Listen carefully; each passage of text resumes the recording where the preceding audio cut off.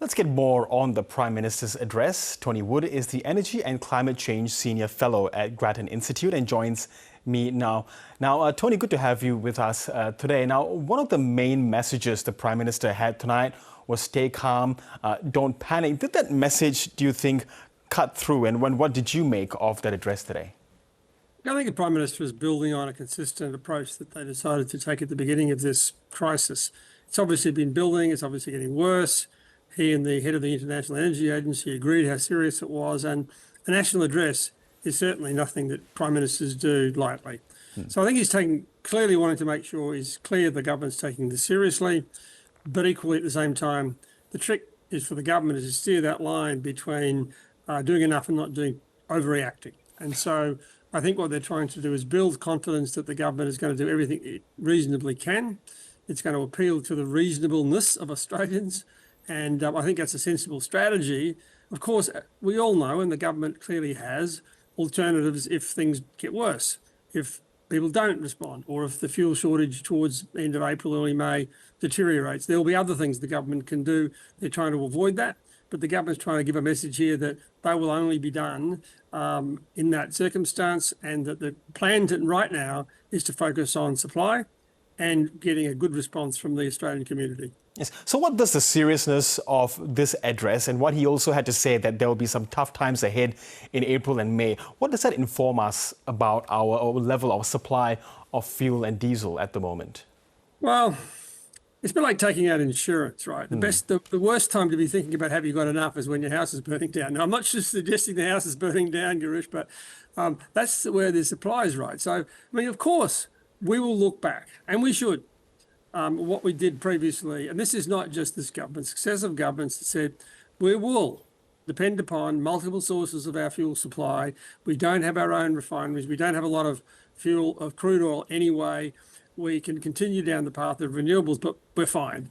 And of course, this is showing that we're not fine. Other countries have been more strategic, and we are a country that is unusually dependent upon these fuels, right? We're a long way from the rest of the world.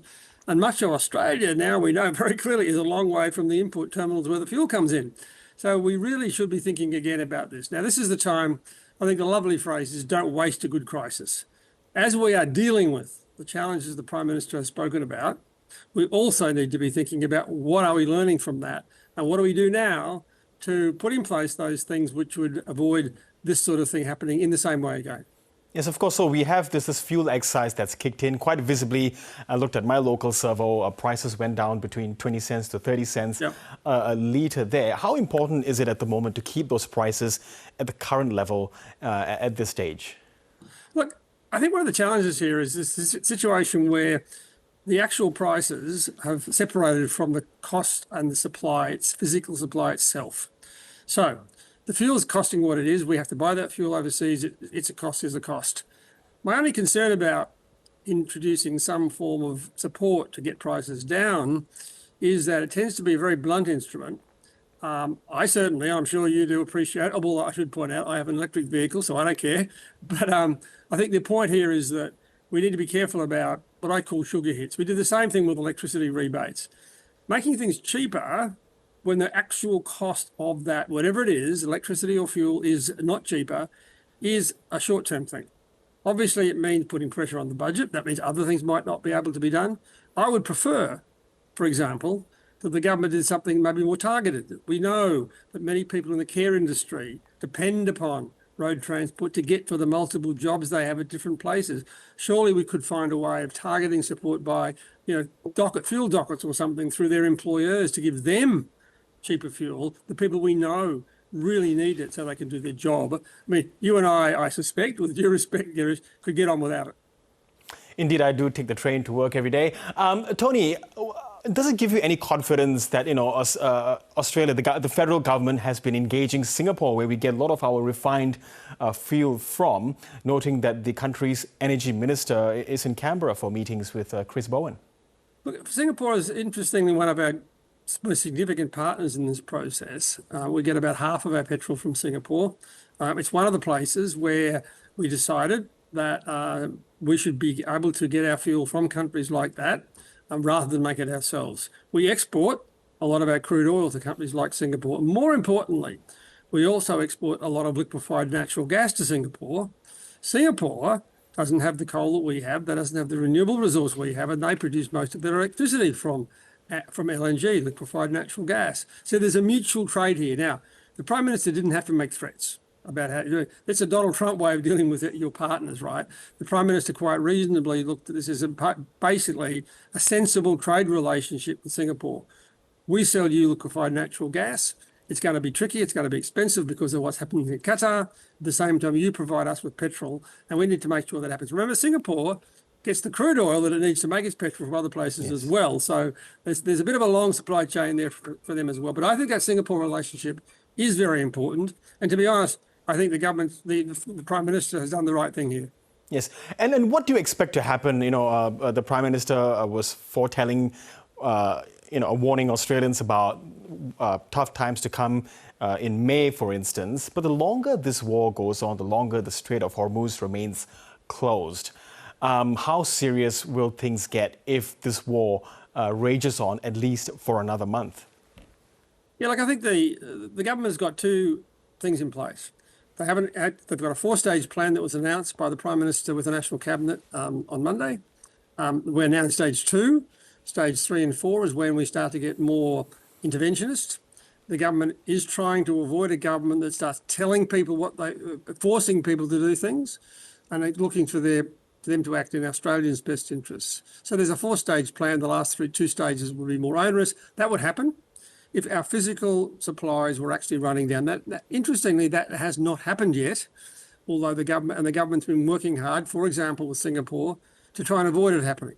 But you can't guarantee anything. This is such an unpredictable outcome situation. So what's going to happen is that one. Now, the other thing is the government also has a thing called the Liquid Fuel Emergency Act.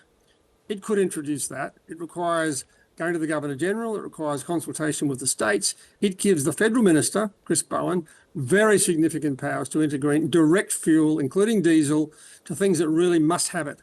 Obviously, essential services, police, ambulance, fire brigade, and so forth, but also for a country the size of Australia, long-distance road freight. Because we need long-distance road freight, which means diesel, more than many countries in the world because of our distances. So that's almost the sort of last resort. It's never been used before, but that's the thing that's sitting there as the next, possibly the most extreme version the government could undertake. And what they're telling us, I hope, is not, is this going to happen on the 30th of May? They're telling us, look, here are the steps. This is what will cause us to implement those steps. We'll tell you what we're doing, except that we've got your back here, which is the Prime Minister's favourite saying, I think. Yes, and just a final question, Tony. I mean, it's got a lot of national leaders across the world talking about energy security. And we heard Keir Starmer earlier saying that this is, the crisis in the Middle East is an impetus then for the UK to, determine its own energy security in the future. How do you think the debate is going to play out in Australia? Because there's the renewables versus, restarting coals versus the prospect of nuclear. Where do you think this debate's going to go in Australia? Well, what I hope where it doesn't go is another round of climate wars where we have both sides fundamentally disagreeing about what the future should be. I mean, right now we're in a really interesting position where we could use this crisis to our advantage. We're already seeing, I mean, you talk to anybody in the EV industry, they are just overwhelmed with demand for electric cars. We could really step that up. We also can look at the use of electricity for trucks and provide incentives for that. There were a lot of electric trucks in Canberra on Monday arguing why that's the way forward. That's what you can do to influence moving away from our dependence upon imported fuels. The second thing I think we probably will have to do is increase that reserve, because it was too small really when you look at it. Many other countries have much, much longer, and we should probably increase that. I don't think there's a case for trying to say we should build our own refineries and go and explore for more crude oil, for example, because we know already that Australian crude oil is not well suited to make the fuels that we want. It makes more sense for us to export that, continue to import fuel, but also have that onshore reserve. I think looking for more crude oil would take far too long, be far too expensive, and by the time you did it, the renewables game would almost certainly have been taken over. Okay, Tony Wood from the Grattan Institute. Really great to get your insights and analysis. Thank you so much. Great. Thanks, Girish.